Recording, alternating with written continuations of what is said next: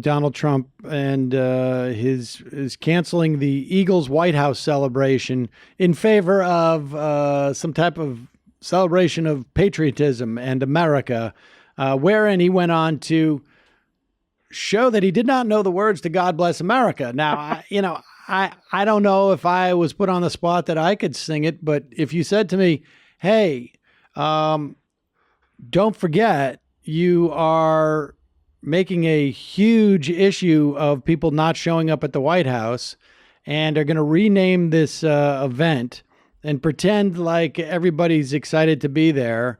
And you're going to put yourself in the middle of a band singing God Bless America. Just give it, 90 seconds and think about how you're going to react to that situation. Are you going to sing it? If so, do you know the words? If not, what are you going to do here? I happen to think they overplayed their hand, and it wasn't terribly effective. But it's interesting to juxtapose that, which, clearly is Trump's strategy for 2018, with the primaries in California, which, there was a lot of concern that Democrats might get cut out of, boxed out of potential pickup seats in California because they have a jungle primary, which really in many respects is just like a general election, except for two people win. And there's also, more often than not, a lot more people who are engaged in it. And it was not the case that any Democrats were shut out. In fact, it seems like, put aside some of the Democrats that won, probably a little bit more to the right. Well, not probably, are definitely a little more to the right than I would want. But nevertheless, the outcomes were, what one would expect for a democratically controlled state. There is no Republican running for Senate. There is no, because of their election system, the Republican running for governor. Apparently, the Democrats wanted him, to win because they wanted to save some of this money and be able to spread it to other seats. The Democrats are looking at the possibility of anywhere from 4 to 7, 8 seats, pickups in California. And the president is still talking about canceling this event with the Eagles. And I don't think that event was particularly effective because you couldn't gin up the white aggrievement as much. Right? I mean, it's one thing if nobody shows up at the ceremony and the president can look aggrieved, but he almost had too big of an ego to allow that to happen. That's true. I mean, in some ways, you have to wonder if he's lost touch a little bit with this this culture war. I mean, part of the culture war goes back to what we talked about before, which is this immigration policy. I absolutely believe that is a huge part. He really thinks that that's going to, not necessarily that that's going to get his people out to vote, but that it's essential for him to keep his base in line, is to be cruel to immigrants. I mean, that's just the bottom line, and culture-ish requirement. But his, he went out of his way to endorse people in California. He endorsed, and none of his endorsees, did particularly well in terms of raw numbers. Now, some of them, are going to be in the general election, including Devin Nunes. I'm sure Kevin McCarthy will win. But there are a number of pickups there that are really prime for Democrats to win, that Hillary Clinton won in 2016, and which look like they are going to be even better numbers in 2018. Yeah. Because California doesn't like Donald Trump. I mean, I hate to say it. And he endorsed this guy, John Cox, this Republican who nobody had ever heard of. It was just people, putting an R after his name. And he's on Twitter, of course, taking credit for it, saying it was the Trump effect and John Cox is going to be great. I'm just praying that he comes to California and holds a bunch of rallies here. Well, that's what I was going to say. Gavin Newsom, Democrats get out the vote. He will help us do it. Gavin Newsom, I think, is very, very excited at the idea of Donald Trump taking credit for his opponent. I mean, that is, you'd have to almost order that, right? Like, how do we get that? Can we get more of that?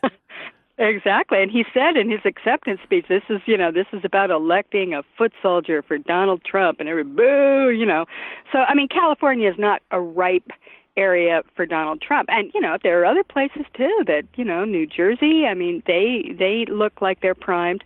Trump is, if he decides to take his culture war into the big blue states, he's going to have a problem. And the Republican Party knows they are very vulnerable in the big blue states, and yet they can't stop him, right?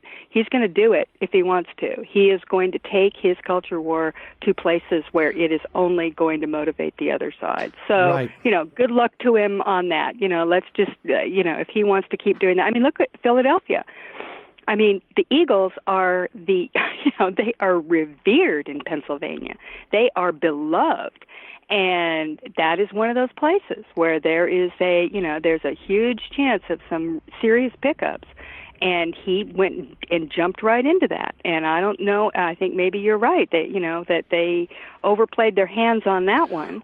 Going after the Philadelphia Eagles, is probably not the smartest thing Donald Trump ever did. It's certainly hard for them to play the aggrievement card, right? Because what they really needed to do is have Donald Trump up there with only 4 or 5 guys who show up and go, this is a real shame, Sure. the way that they're politicizing this. And then they're treating the president. Yeah. Yes, exactly. They're treating the president with disrespect. But now it's just a little bit too conceptual. They they weren't coming, and that's where the offense was. And so I canceled, and I don't know. I just didn't find it as effective but again, to be fair, not for me. Right. All right. Look, we still have a lot more to talk about here.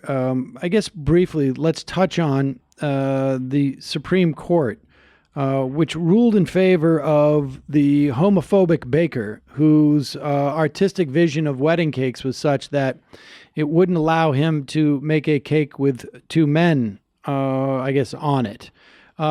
This court ruling was super narrow, wasn't it? It was. I mean, basically, they decided it, and it was actually joined by a couple of the liberal justices, and I think for strategic reasons. There are some other cases about, quote, religious freedom coming up soon that are actually about religious freedom, unlike this one. But what the case was decided on was the idea that the state, in this case a commission in Colorado, had made what they call disparaging remarks about the baker's religion, and that the state can't do that. So what that means basically is going forward, nobody on any of these commissions or anyone who's deciding these cases is going to say anything about Right. religion, right? They're just going to, keep it straight and narrow on the, the letter of the law, and there won't be any discussion. That's how narrow it was. So, it looks like a win for the homophobic bakers and other business people among our Americans. But it's not business people, yeah. right? Not business people, because the idea, this was also based upon the homophobic baker being an artist. And that, oh, right. And so it's not just simply, it's not business people. It's even now, even if he won on that point, which he did not, they didn't rule on that really at all. They didn't rule on that. It was his expression, right? It would have been his expression because he's an artist, as opposed to simply someone who is selling sprockets or, Right. at a bodega selling, packets of candy. No, because he had to add something quintessentially him to the cake. He wasn't forced to make that message. But of course, they didn't even get that far. And so it's rather narrow. Of course, it remains to be seen if, courts disingenuously use this. But the one precedent that could come out of it is that because the Supreme Court did say, we're going to take the words of the board and translate that into their intent, that it taints their move. Like, so for instance, like if they had said nothing about religion, they had just never expressed any opinion whatsoever about religion and then made this same ruling, as the court case stands now, it sounds like they would have been fine. But what they said was tainted the intent in which they made this ruling. People are saying that's how Donald Trump is going to go down with the Muslim ban, because his explanations that were offered were, in addition to being hostile and towards, I guess, a religion, but also racist. But they are indicative of the real reasons why he issued this ban, not the ones that supposedly they have argued they issued it upon. But look, we got to take a quick break. Heather, we'll be back with more in just a moment.